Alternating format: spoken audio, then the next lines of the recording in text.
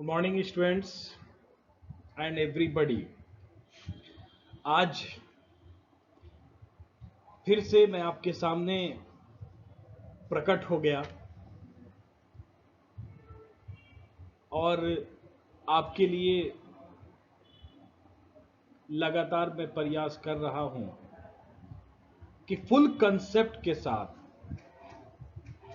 पूरी बातों के साथ और ऐसे प्रश्नों के साथ मैं आपको वीडियो भेजूं जिस प्रश्नों की जरूरत हर बच्चों को क्वेश्चन में होती है। बच्चों, वीडियो को बनाने में काफी वक्त लगता है, लेकिन आप जब उसको देखते हो, जब आप उसको पूरी तरह समझ जाते हो, जब आप उस पर अच्छे कमेंट्स करते हो, तो पता है मेरी मेहनत और मेरी मशक्कत रंग लाती है। मतलब बहुत खुशी होती है कि मेरी मेहनत कामयाब हो गई। लेकिन मैं फिर से कहूंगा, कुछ बच्चे ऐसे हैं जो मेरी इस मेहनत को नाकामयाब की ओर ले जा रहे हैं। कुछ बच्चे आज भी मेरे वीडियो को सीरियस रूप में नहीं पढ़ते, लेकिन जो बच्चे लगातार मेरी वीडियो को पढ़ रहे हैं, वो डेली क्वेश्चन बनाते हैं, वो डेली कमेंट्स करते हैं और डेली कॉल भी कभी कभी कर देते हैं और मुझसे क्वेश्चन भी पूछते हैं। मुझे बहुत खुशी होती है, यकीन जानो बच्चों। यहां तक मैं आप अपने कोचिंग क्लास के सभी बच्चों को ये बता दूं कि कुछ क्या ज्यादा बच्चे ऐसे हैं जो बाहर के हैं, मतलब कोचिंग क्लास के बाहर के हैं। बिहार राज्य के अलग अलग जिले के बच्चे हैं, झारखंड तक मेरा वीडियो बच्चे देख रहे हैं, कोलकाता से बच्चे हम मुझको मैसेज करते हैं, कॉल करने की कोशिश करते हैं, नंबर मांगते हैं। लेकिन मैं उन्हें बार बार कहता हूं कि आप मैसेज कर दो, क्वेश्चन नंबर भेज दो, मैं कोशिश करके वीडियो बनाकर भेज दूंगा। लेकिन मुझे अपने बच्चों के बारे में फिक्र होता है कि मेरे बच्चे जो मेरे यहां पढ़ रहे थे, काफी अच्छे बच्चे थे, काफी क्लास में आगे रहते थे, लेकिन पता नहीं ऑफलाइन में उनको क्या दिक्कत, ऑनलाइन क्लासेस में क्या प्रॉब्लम हो रही है। किसी बच्चे को मोबाइल का प्रॉब्लम हो सकता है। आज के समय में हर बच्चों के पास मोबाइल है, घर में एक स्मार्टफोन तो है ही। तो बच्चों, एक्सक्यूज देना बंद कीजिए। मैं आपको बार बार कहता हूं, एक्सक्यूज मत दीजिए। आप एक्सक्यूज अगर देंगे तो जिंदगी भर एक्सक्यूज देते ही रह जाएंगे। बहुत ज्यादा बातें मैं आपके सामने नहीं कर सकता, मजबूरी है। ज्यादा लंबा वीडियो हो जाएगा तो आपको देखने में उलझन और बोरियत लगेगी। मैं टॉपिक पे आता हूं बच्चों। BCom part 1, chapter hire purchase system, प्रश्न नंबर 14। प्रश्न नंबर बच्चों 14 यानी कि 14 प्रश्न नंबर आज मैं लेकर आपके सामने हाजिर हुआ हूं और मैं इस पर आज वीडियो बनाने जा रहा हूं। प्रश्न मैं आपके सामने रख रहा हूं, ध्यान से सुनेंगे। प्रश्न नंबर 14, जिसमें क्वेश्चन आपके सामने फ्लैश हुआ। Shyam purchase on hire purchase basis a TV set of 29-inch screen। Question है बच्चों कि श्याम ने 29 इंच स्क्रीन वाली एक टीवी सेट किराया क्रय आधार पर क्रय की है। श्याम बाबू जो हैं, उन्होंने एक टीवी सेट खरीदा है और टीवी सेट का स्क्रीन का जो लंबाई चौड़ाई है वो शायद लिख रहा है 29 इंच। आगे कहता है कि हिज परचेस प्राइस वाज 35,000। क्रयमूल बच्चों, किराया क्रयमूल। बच्चों, ये परचेस प्राइस जो लिख रहा है ये कैश प्राइस नहीं है, ये हायर परचेस प्राइस है। मैं आपको यहां फिर से साफ साफ क्लियर कर दूं कि ये प्राइस हायर परचेस प्राइस है। मतलब इस 35,000 रुपीज में इंटरेस्ट मिला हुआ है। मैंने आपको इसके पहले वाले वीडियो या पिछले कई वीडियो में इस बातों का तस्करा किया है। इस बातों को मैंने काफ़ी बार बार अब बताने की कोशिश की है, समझाने की कोशिश की है कि कैश प्राइस और हायर परचेज प्राइस में डिफरेंसेस क्या है। कैश प्राइस बच्चों वो प्राइस है जो हम लोग कैश के रूप में खरीदते हैं, जिसमें इंटरेस्ट की कोई बात नहीं होती। वो ओरिजिनल वैल्यू होता है, ओरिजिनल मूल्य होता है।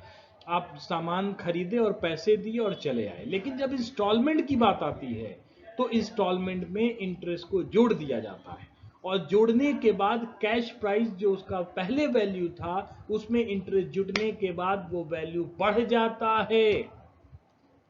और बढ़ने के बाद जो वैल्यू आता है, जैसे 35,000 रुपया, ये बढ़ा हुआ वैल्यू है, ये आपका हायर परचेज प्राइस है। इसका मतलब इसमें इंटरेस्ट जुटा हुआ है। आगे बढ़ते हैं। He make payment in as follow way. कहता है बच्चों कि आप यह निम्नलिखित प्रकार भुगतान करता है। भुगतान करने का प्रोसेस मैं आपके सामने रख रहा हूं। रुपीज है। सबसे पहले आ गया कि at the time of delivery of TV set, मतलब जिस समय टीवी खरीदा, जिस समय आपने टीवी खरीदा है उस समय 7,000 रुपये एट ए टाइम दे दिया बच्चों। तो एट ए टाइम दे दिया, इसका मतलब डाउन पेमेंट किया ना। जी हां, बिल्कुल सही। आपने डाउन पेमेंट किया है। डाउन पेमेंट करने के बाद अब क्या बात आती है, अब 1 साल गुजरेगा, यानी 1 साल अगर ईयरली पेमेंट है तो 1 साल के बाद फिर देंगे, फिर दूसरे साल के बाद देंगे, फिर तीसरे साल के अंत में देंगे। बात का मतलब अंत सॉरी बच्चों, बोलते बोलते हलक सूखने लगता है। और अभी आप जानते हैं कि हम लोग का फास्टिंग चल रहा है, रोज़ा चल रहा है, इसलिए ज़्यादा बोलने से हलक सूखता है, इसलिए थोड़ी बहुत खांसी हो जाती है। आप घबराओगे नहीं कि सर खांस रहे हैं, कोरोना हो सर को, ऐसी बात नहीं है। तो आगे बढ़ते हैं। At the time of delivery of TV set, मतलब डिलीवरी के समय 7,000 रुपये डाउन पेमेंट दे दिए। आगे बढ़ते हैं। 1 साल के बाद आफ्टर 1 ईयर, आफ्टर 1 ईयर 14,000, मतलब 1 साल के बाद जैसे ही पहला इंस्टॉलमेंट देने की बात आई, 14,000 रुपया पहला इंस्टॉलमेंट दिया है। आफ्टर 2 ईयर, माने दूसरे साल के अंत में फिर 7,000 रुपये इंस्टॉलमेंट दिया। बच्चों यहां पे इंस्टॉलमेंट इक्वल नहीं है। आप देखा, पहला इंस्टॉलमेंट 14,000, दूसरा इंस्टॉलमेंट 7,000, और तीसरा इंस्टॉलमेंट फिर 7,000 आपके स्क्रीन पे आया है। फिर बच्चों आगे बढ़ते हैं तो टोटल जो हो गया, वो टोटल पैसे कितने हो गए, 35,000। यही आपका हायर परचेज प्राइस था, यानी डाउन पेमेंट 7,000, पहला इंस्टॉलमेंट बच्चों 14,000, दूसरा इंस्टॉलमेंट 7,000 और तीसरा इंस्टॉलमेंट भी 7,000 रुपये हैं। आगे बढ़ता है, नीचे कहता है बच्चों cash price of TV set ₹30,800। अब आपके सामने नीचे कैश प्राइस दे दिया कि कैश प्राइस 30,800 रुपये है। बच्चों यहां पर तो कैश प्राइस भी दे दिया है।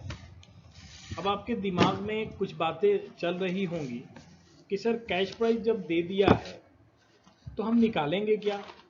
हायर परचेज प्राइस दे दिया तो हायर परचेज प्राइस जो है बच्चों वो क्या है, हायर परचेज प्राइस जो है आपका ऐसा प्राइस है जिसमें इंटरेस्ट मिला हुआ है।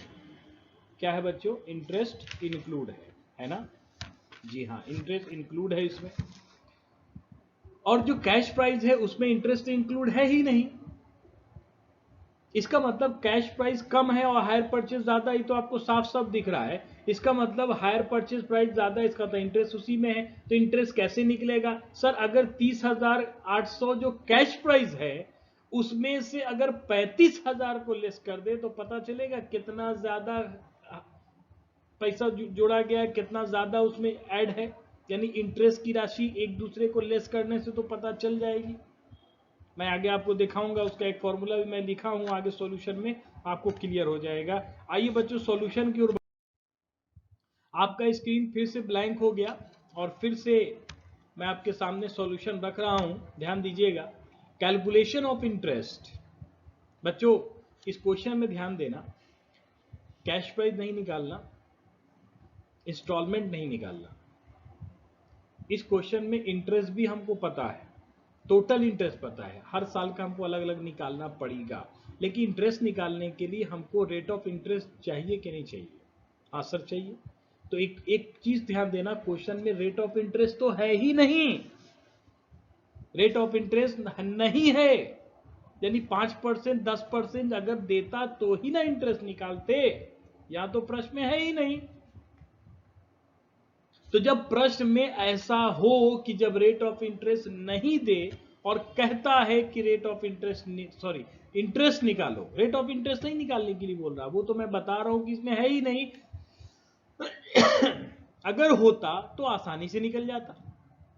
तो जब रेट ऑफ इंटरेस्ट प्रश्न में ना हो तो हम लोग एक नए मेथड का इस्तेमाल करते हैं और इंटरेस्ट निकालते हैं। वो मेथड क्या है, वो नियम क्या है? आनुपातिक विधि। कौन सी विधि? आनुपातिक, यानी रेशियो मेथड, यानी रेशियो के आधार पर, अनुपात के आधार पर हम इंटरेस्ट को बांटेंगे।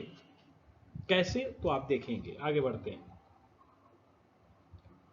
बच्चों। यहां पे एक फॉर्मूला मैंने लिखा है, interest is equal to instalment minus cash price. मतलब इंटरेस्ट निकालने की, चूंकि टोटल इंटरेस्ट हमको नहीं पता, निकालना होगा। तो मैंने क्या बताया था अभी थोड़ा देर पहले क्वेश्चन में कि टोटल इंस्टॉलमेंट जो है वो 35,000 रुपए है, या हायर परचेज प्राइस कितना है? 35,000। कैश प्राइस कितना है? तो 30,800। आप देख सकते हैं इस फॉर्मूले के सामने ठीक मैंने लेस भी किया है। इंस्टॉलमेंट जो लिखा हुआ है इंटरेस्ट के बराबर इंस्टॉलमेंट का मतलब हायर परचेज प्राइस है बच्चों। क्या है? इंस्टॉलमेंट का मतलब, वहां पे मुझे हायर परचेज लिखना चाहिए था, वो मिस्टेक से नहीं लिखाया, लेकिन आप समझ लेना कि इंस्टॉलमेंट का मतलब वहां पे हायर परचेज प्राइस है।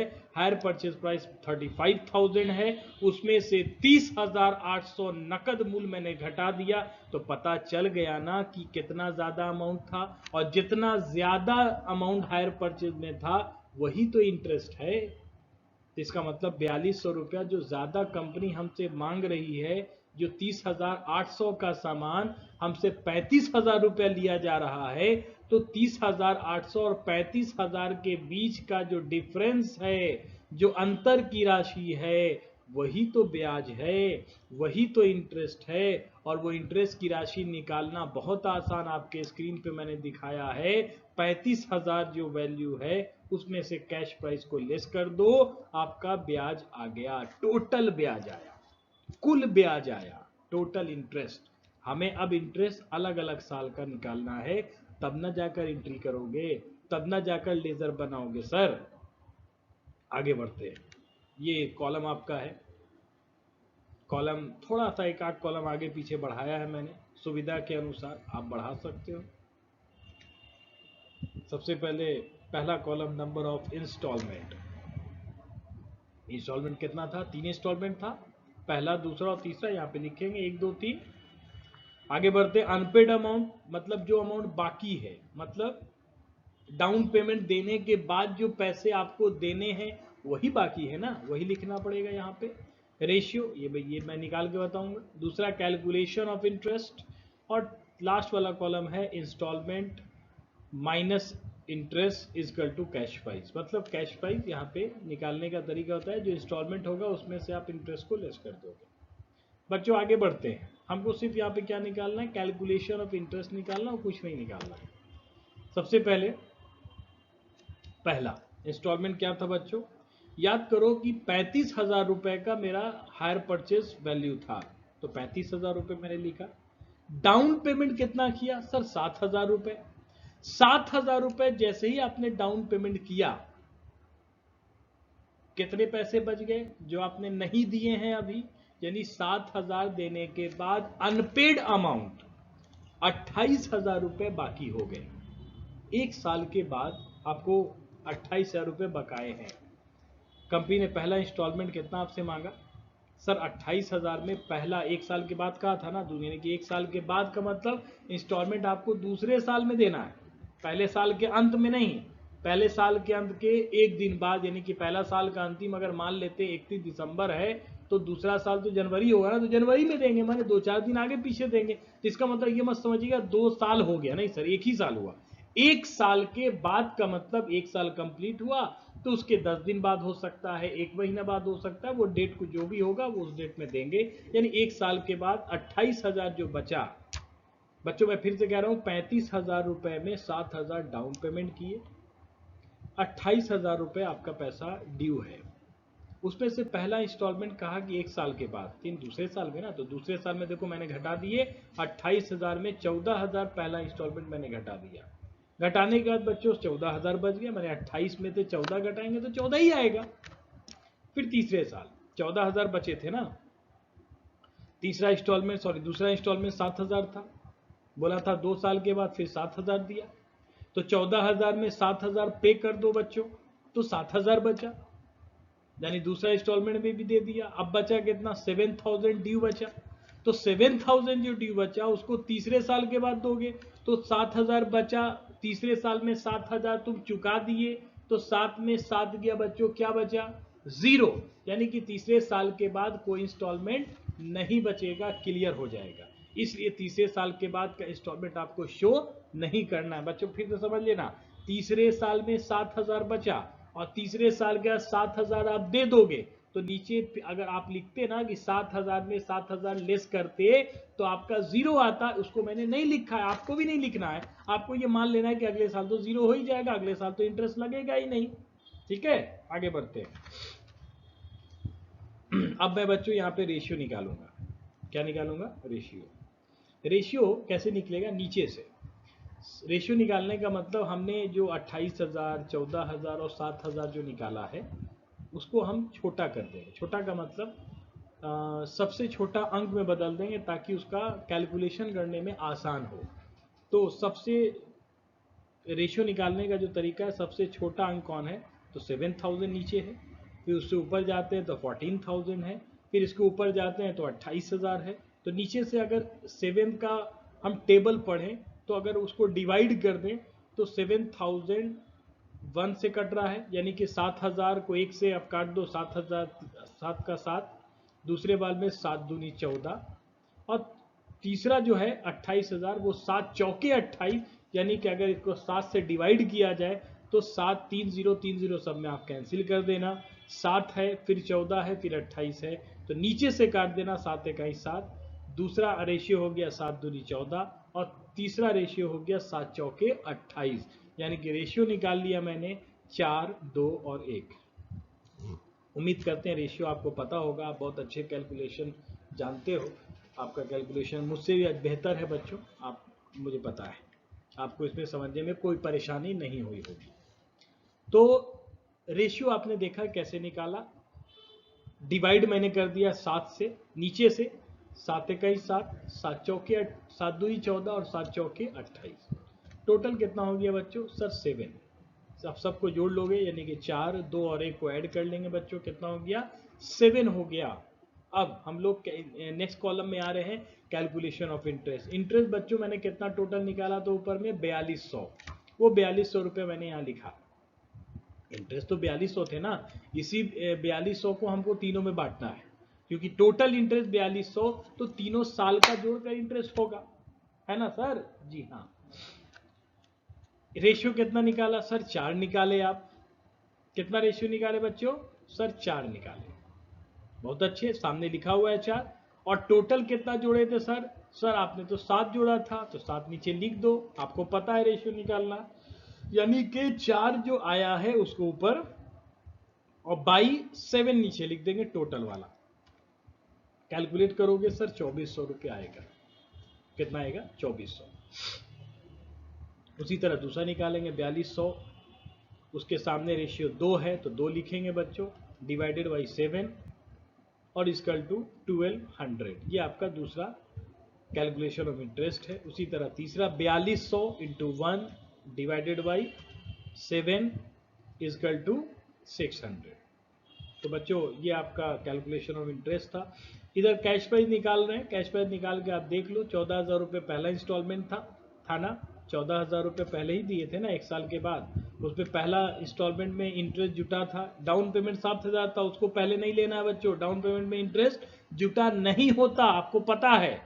14,000 पहला इंस्टॉलमेंट, दूसरा इंस्टॉलमेंट 7,000 और तीसरा इंस्टॉलमेंट 7,000, तो 14,000 में 2,400 रुपये पहला इंटरेस्ट घटा है, 11,600, दूसरा 7,000 इंस्टॉलमेंट था, उसमें से दूसरे साल का इंटरेस्ट 1,200 घटा दिए 5,800, तीसरा साल भी इंस्टॉलमेंट आपका 7,000 था, उसमें इंटरेस्ट 600 घटा दिए 6,400, टोटल जोड़ दिए बच्चों 35,000 रुपए टोटल आए थे। 35,000 में हमने 4,200 रुपए घटाया, कैश प्राइस आ गया 30,800।